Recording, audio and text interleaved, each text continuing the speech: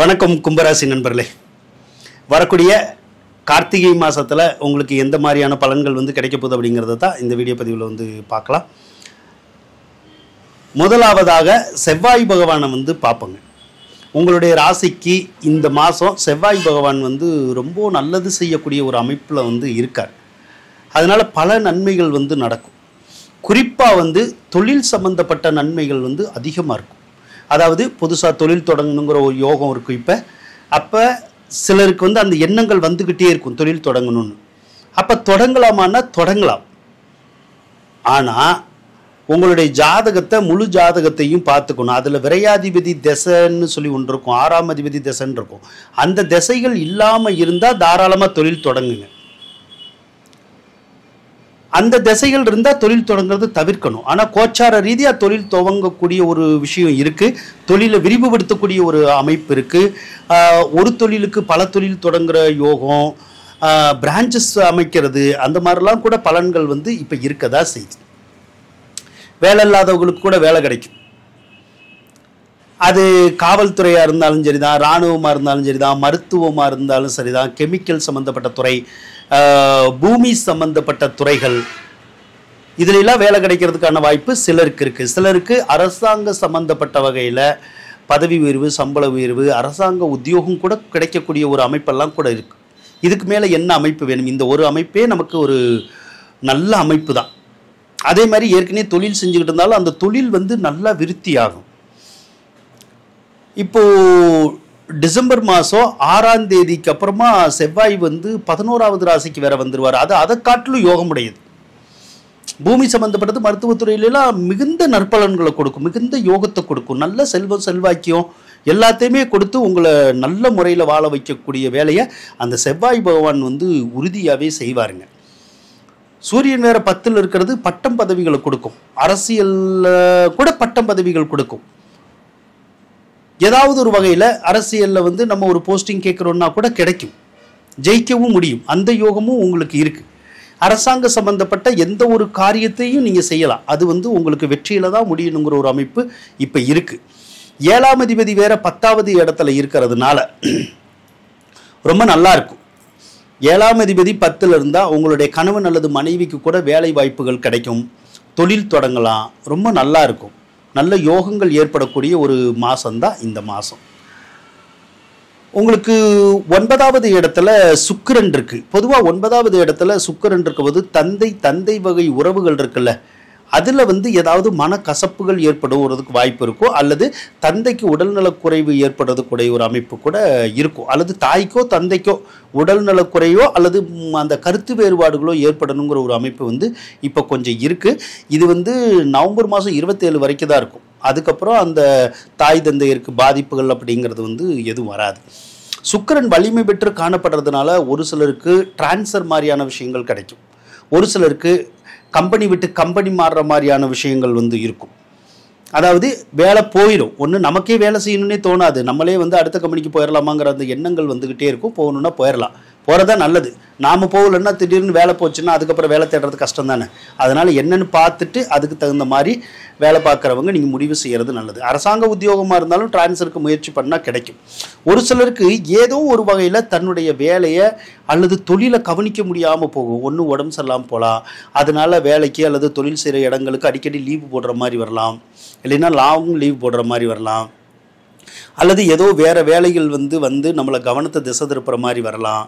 அப்படியெல்லாம் கூட இருக்குது. அதனால் வேலையாக இருந்தாலும் தொழிலாக இருந்தாலும் கொஞ்சம் சுணக்கமாகிற மாதிரி தெரியும். ஆனால் அதெல்லாம் நவம்பர் 27 வரைக்கும் தான்.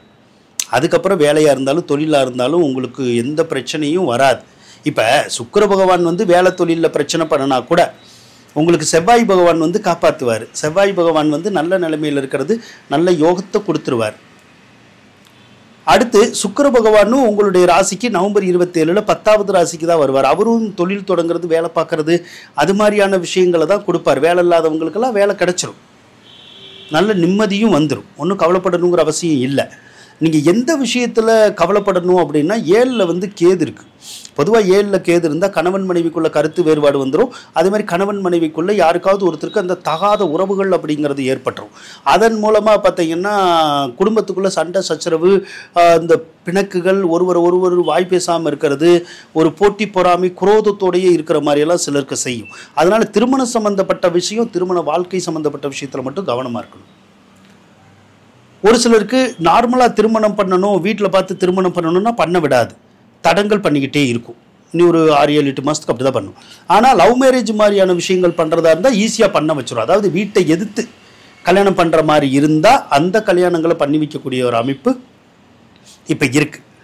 ஒரு சிலருக்கு கணவன் மனைவிக்குள்ள கருத்து வேறுபாடு வரும். இல்லைன்னா ஏற்கனவே பழகிக்கிட்டு இருந்தால் அந்த பழகினவங்களோட கருத்து வேறுபாடுகள் வந்து வரும். தகாத உறவுகளாக கூட இருக்கலாம். சரிங்களா? அதில் கூட நமக்கு அந்த பிரிவினை ஏற்படுறதுக்கூடிய ஒரு அமைப்பு கொஞ்சம் இருக்கும்.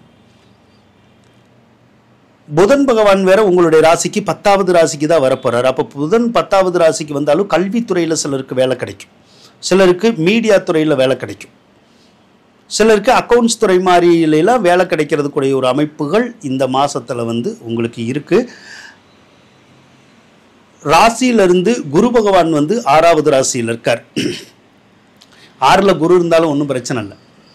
காசு படம்னா நல்லா தான் வரும், பண வருமானம் நல்லா இருக்கும். வேலை பார்த்தாலும் வருமானம் வரும், தொழில் பார்த்தாலும் வருமானம் வரும்.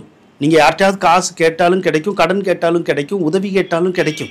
வர வேண்டிய பணமாக இருந்தாலும் வந்துடும். என்ன, வர்ற காசு பணத்தை நம்மளால் காப்பாற்ற முடியாது. ஏதாவது ஒரு வகையில் வர்ற காசு பணத்தை வந்து நம்ம செலவழிகிற மாதிரியான ஒரு சூழ்நிலைகள் கொஞ்சம் இருக்கும். அது வந்து அந்த பணம் வந்து நோய்க்கோ கடனுக்கோ போகலாம். இப்போ நம்ம வீட்டில் யாருக்கோ உடம்பு சரியில்லாமல் போகுது, அதனால செலவு பண்ணலாம். இல்லைன்னா கடன் வாங்கியிருந்தோம்னா நம்ம கட்டுற மாதிரியான ஒரு சூழ்நிலை வரும். ஒரு சிலருக்கு மட்டும் கடன் காட்சியெல்லாம் அடையும், ஒரு சிலருக்கு கடன் காட்சிகளை உருவாக்கிடும், ஒரு சிலருக்கு நகை நட்டுகள் வாங்கி தரும், ஒரு சிலருக்கு நகை நட்டுகளை அடமான வைக்கிற மாதிரி செஞ்சிடும், இல்லைன்னா காணா போகிற மாதிரி செஞ்சிடும். அதே மாதிரி இந்த நேரத்தில் இந்த லாட்ரி, ரேஷு, சூதாட்டம், ஷேர் மார்க்கெட்டு இந்த மாதிரியான லைன்களில் வந்து போகாதீங்க. போனீங்கன்னா உங்களுக்கு அதில் நஷ்டம் ஏற்படுறதுக்கான வாய்ப்புகள் வந்துடும். ஆனால் பொருளாதார சூழ்நிலை நல்லாயிருக்கும். ராசி மேலே சனி இருக்கிறது நல்லது. ஆனால் வாகன சம்மந்தப்பட்ட தொழில்கள் ஏதாவது இப்போ செஞ்சீங்கன்னா அது கரெக்டாக வராது. இரும்பு சம்மந்தப்பட்ட தொழில் செஞ்சீங்கன்னா கரெக்டாக வராது. அதில் வந்து நமக்கு தொந்தரவு வரதா செய்யும். அதோட உங்களுக்கு வண்டி வாங்கணுங்கிற எண்ணங்கள்லாம் இருக்கும். வண்டி வாங்கணுன்னா வாங்கலாம், ஆனால் வண்டி வாகனத்தில் பார்த்து போகணும், கீழே தள்ளி விடுற அமைப்பு இருக்குது. ஒரு சிலருக்கு வந்து வண்டியில் இருந்தாலும் கீழே தள்ளி விடாது, ஆனால் இயற்கையிலேயே முழங்கால் வலி, முதுகு வலி அப்படி சொல்கிறோம்ல, அதில் ஏதாவது ஒன்று வந்து போகிறதுக்கூடிய ஒரு அமைப்பு இப்போ வந்து இருக்கதான் செய்யுது. இது 7.5 சனினால் இருக்குது. அதேமாதிரி ராகு பகவான் வந்து உங்களுடைய ராசியில் இருக்கனால ஏதாவது ஒரு காரியத்தை நினச்சிங்கன்னா ஒரு மாதிரி தடங்கள் ஆகிக்கிட்டே இருக்கும். அப்போ தடங்கள் ஆகிக்கிட்டே இருந்துச்சுன்னா நவகிரகத்தில் போய் ராகுக்கு ஞாயிற்றுக்கிழமை சாயந்தரம் 4:30 to 6 விளக்கு போட்டு, ராகு பகவானே நான் இந்த காரியம் செய்ய போகிறேன், எனக்கு இந்த காரியத்தில் இருக்க தடங்களெல்லாம் விலகணும் அப்படின்னு சொல்லி நீங்கள் வேண்டிக்கிட்டே ஒரு காரியத்தை செய்கிறீங்கன்னா அந்த காரியம் வந்து ஈஸியாக நடக்கும், தடங்கள் ஆகாமல் இருக்கும். அதே போல் உங்கள் ஜாதகத்துக்கு சிலருக்கு ராகு திசை நடக்கிறதுக்கான வாய்ப்புகள் நிறையா இருக்குது. குறிப்பாக அவிட்ட நட்சத்திரத்தில் பிறந்தவங்க, சின்ன வயசுக்காரவங்களாக இருந்தால் கண்டிப்பாக ராகு திசை இருக்கும். சதய நட்சத்திரத்தில் பிறந்தவங்களுக்கும் இப்போதைக்கு பிறந்திருந்தாங்கன்னா ராகு திசை இருக்கும். அதனால் அந்த ராகு தசை இருக்கிறவங்களுக்கு மட்டும் படிப்பு கரெக்டாக வராது, வீட்டில் சண்டை சச்சரவு, வறுமை அந்த மாதிரி நிறையா வந்துடும். அதுக்கு என்ன பண்ணணும், ராகு திசை நடக்கிறவங்க பொதுவாக வீட்டில் இருக்கக்கூடாது, கொஞ்சம் வெளியே இருக்கணும். அப்படின்னா தான் குடும்பமும் நல்லாயிருக்கும், நம்மளும் நல்லாயிருப்போம். இப்போ படிக்கிற வயசாக இருந்தால் ஹாஸ்டலில் இருக்கணும், அப்படின்னா நல்லாயிருக்கும். படிப்பும் நமக்கும் நல்லா வரும், குடும்பத்துலேயும் செல்வாக்கியம் இருக்கும். ஒருவேளை அந்த மாதிரி தனிமைப்படுத்தப்படலைன்னா நம்ம ஒருவேளை படிப்பும் சுணக்கமாக இருக்கும், அதேமாதிரி குடும்பத்துலேயும் ஏதாவது கஷ்டம் இருக்கும், அந்த சண்டை சத்தம் இருந்துக்கிட்டே இருக்கும். இது பற்றிய ராகுதசை வீடியோவை தான் நாங்கள் இப்போ தயார் பண்ணிகிட்டு இருக்கோம், கூடி சீக்கிரத்திலே போடுவோம். அதனால் ராகுதசை வீடியோவை மறக்காமல் கட்டாயம் பாருங்கள் ஒருத்தரும். அதில் பார்த்தீங்கன்னா அதில் நம்ம பயன்படுறதுக்கான நிறைய டிப்ஸ் இருக்கும், நிறைய பரிகாரங்கள் இருக்கும். அதெல்லாம் செஞ்சோம்னா ராகுதசையில் எவ்வளோ கஷ்டங்கள் இருந்தாலும், எவ்வளோ சிரமம் இருந்தாலும், சிக்கல் இருந்தாலும் அதை தீர்த்துட்டு நம்ம ஒரு நல்ல வழியில் வாழ்க்கையை ஏற்படுத்திக்க முடியும். அதுக்கான பரிகாரங்கள், விதிமுறைகள் எல்லாமே அந்த ராகுதசை வீடியோவில் சொல்லப்பட்டிருக்கும். கண்டிப்பாக அதை பாருங்கள். நன்றி நண்பர்களே, வாழ்த்து.